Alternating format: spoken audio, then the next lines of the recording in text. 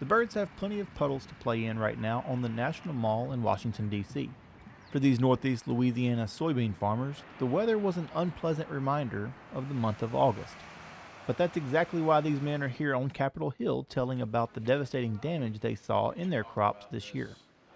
Will Miller had more than 2,000 acres of really good soybeans ready to harvest when a 2-week wet spell settled in around his farm. This is by far the most expensive crop we've ever raised, but, we'd had a lot of sunshine throughout the summer, and sunshine and water equals a great crop. The irrigated crop was looking phenomenal, and it still kind of was. I mean, after everything it went through, to still have the yields we had, you had a jam-up crop in the field that just got ruined. That story is similar for all of these farmers whose farms stretch from East Carroll down to Concordia Parish.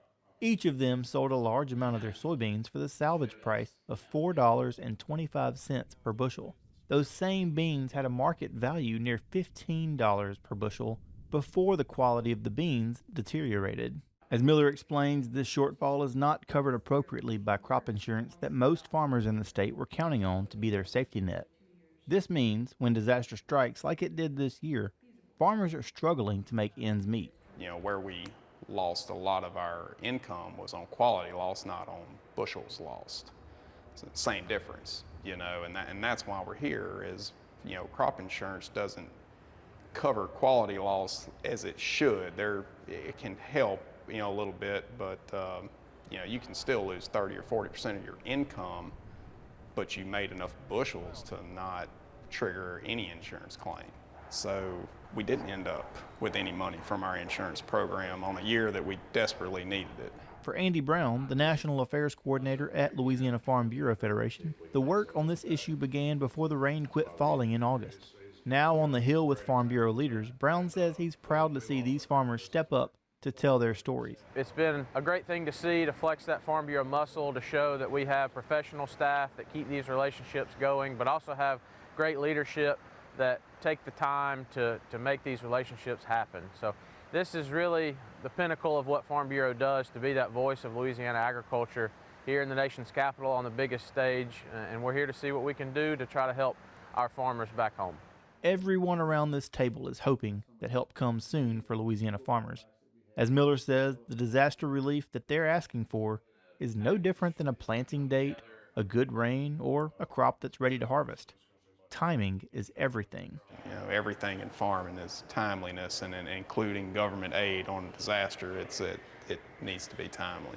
It really pays off on a time like this to have experienced leaders that know how to come and communicate with their elected officials, because I can do that until I'm blue in the face, but until those that vote for them and represent that large membership that we have come up here and do this in person, all the rest of it's for naught. So it's great to have leaders that are willing to step up and represent their peers back home up here in Washington, D.C. These trips are vital to the work that Louisiana Farm Bureau does year-round. The number one thing that farmers can do when a policy is affecting them is tell their story. Now, the data and personal accounts shared on this week's trip are in the hands of the agency staff and lawmakers in D.C. Now, hopefully, we will hear some news from disaster funding coming to Louisiana farmers in the next weeks in the form of a continuing resolution or an omnibus spending bill. And Avery, lots of meetings. It was a fast-paced trip. I think it was a very successful trip, but there's no real answer yet. There's a lot of politics involved. As you know, there's always politics involved.